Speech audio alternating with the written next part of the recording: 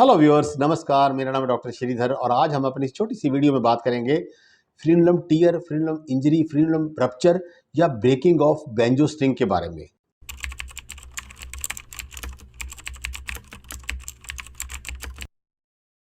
Frenum जो है पीनस की अंडर साइड में एक म्यूकोजल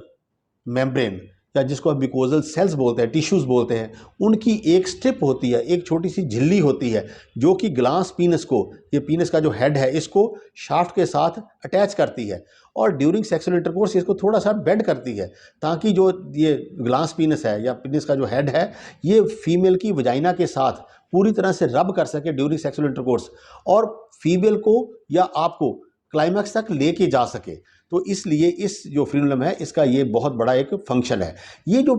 फ्रीनम होता है ये हाईली वेस्कुलराइज्ड, यानी कि इसकी बहुत ज़्यादा ब्लड सप्लाई बहुत ज़्यादा फास्ट होती है और ये हाईली सेंसिटिव, न्यूरो सेंसिटिव होता है, यानी कि इसके अंदर जो नर्व्स हैं वो भी बहुत हाईली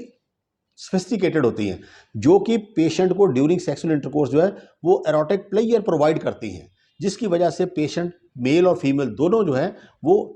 एक क्लाइमैक्स तक या एक चरम जो काम की चरम सीमा है वहाँ तक पहुँच सके। दूसरा इसका फंक्शन ये होता है कि जो पीनस के ऊपर रोलिंग स्किन होती है, ये उस स्किन को, जो रोलिंग स्किन है या जो पीनस के ऊपर जो लूज स्किन है, उसको ये ग्लास पीनस के ऊपर, उसके हेड के ऊपर ड्यूरिंग फ्लिसिड स्टेट में ये उसको उसके ऊपर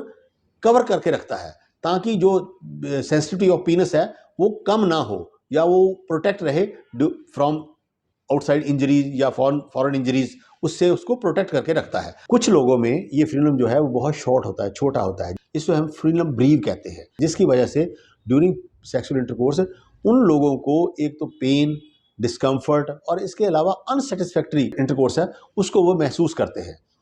और सबसे बड़ी बात यह है कि जिन लोगों में ये शॉर्ट होता है उन लोगों में प्री मैच्योर इजैकुलेशन जो है बहुत कॉमनली नोट की जाती है।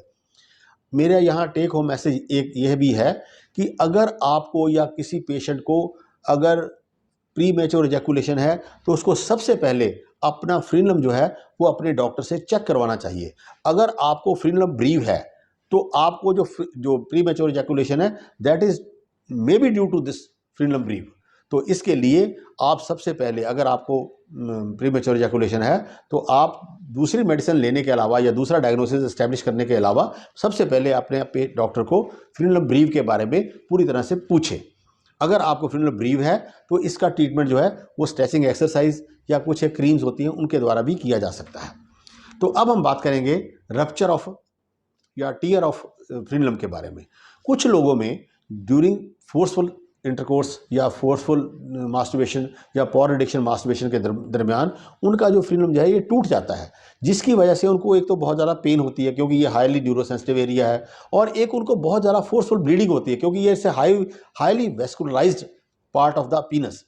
तो ऐसी स्थिति में अगर आपको ब्लीडिंग बहुत ज़्यादा होनी शुरू हो गई है और पेन बहुत हो रही है तो आपको सबसे पहले एक काम करना है कि अपने हाथ अच्छी तरह से धो लें, वॉश कर लें, और उसके बाद एक साफ रुमाल लेके फ्रिज में जो आइस होती है उसको अच्छी तरह से क्रश करके एक पोटली बना लें और उस पोटली को इस फ्रीनम के जो ब्लीडर है या यहाँ पर जो फ्रीनम ब्लीड कर रहा है उसके नीचे रख के एक हाथ से ऊपर से प्रेस करके रखें ताकि जो आइस है वो अच्छी तरह से उस फ्रीनम के कांटेक्ट में आ सके और उसको प्रेशर से और आइस की वजह से या वेजो कंस्ट्रिक्शन की वजह से वो ब्लीडिंग जो है वो धीरे धीरे स्टॉप होनी शुरू हो जाएगी। इससे इसकी जो आइस हमने रखी है इससे आपकी ब्लीडिंग भी कम हो जाएगी और आपकी पेन भी कम हो जाएगी। जैसे ये दोनों चीज़ें ठीक हो जाती हैं, इन द मीन टाइम आप किसी भी नज़दीकी केमिस्ट से एक टिंचर आती है जिसको लोग आमतौर पर खांसी रेशा के दरमियान भाप लेने के लिए इस्तेमाल करते हैं, इनहाइलेशन के लिए इस्तेमाल करते हैं, उसका नाम है टिंचर बेंजोइन। टिंचर बेंजोइन जो है 10-15 रुपए की छोटी सी शीशी मिलती है। आप टिंचर बेंजोइन के 5-7 ड्रॉप जो है एक जो साफ आपके पास गॉज पीस है या पट्टी का टुकड़ा है उसके ऊपर लगा के इसके ऊपर अप्लाई कर दें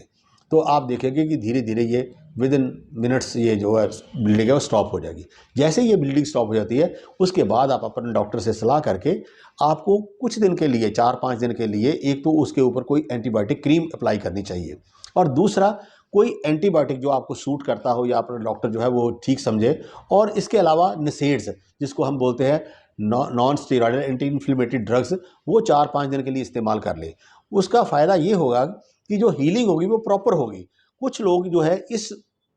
जो इंजरी को या इस जो ब्रेकिंग ऑफ बेंजो स्ट्रिंग है इसको नेचर पर छोड़ देते हैं कि चलो जी अपने आप ये हील हो जाएगी, कोई बात नहीं, दवा मेडिसिन खाने की क्या ज़रूरत है। होता क्या है कि अगर आप उसको नेचर के ऊपर हील करने के लिए छोड़ दोगे तो इसकी तो एक तो जो हीलिंग है वो बहुत डिले होगी, धीरे धीरे होगी, बहुत टाइम लगेगा। और दूसरा कई बार होता है कि ड्यूरिंग हीलिंग जो है फाइब्रस टिश्यू जो है डेवलप हो जाते हैं। अगर फाइब्रस टिश्यू डेवलप हो गए तो इसकी सेंसिटिविटी जो है वो कम हो जाएगी, जिसकी वजह से आपको फिर नेक्स्ट जो है जब आप इन द रूटीन लाइफ में जाके आप इंटरकोर्सेज करने शुरू करोगे तो उसमें आपको जो क्लाइमैक्स तक पहुंचने के लिए जो सेंसिटिविटी चाहिए या जो आपको एरोटिक प्लेयर चाहिए वो ये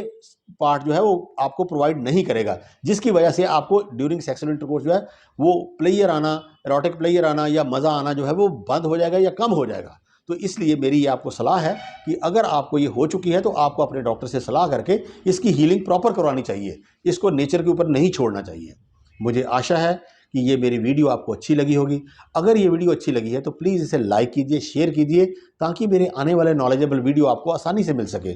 जय हिंद, जय भारत, सर्वे संतु निरामय।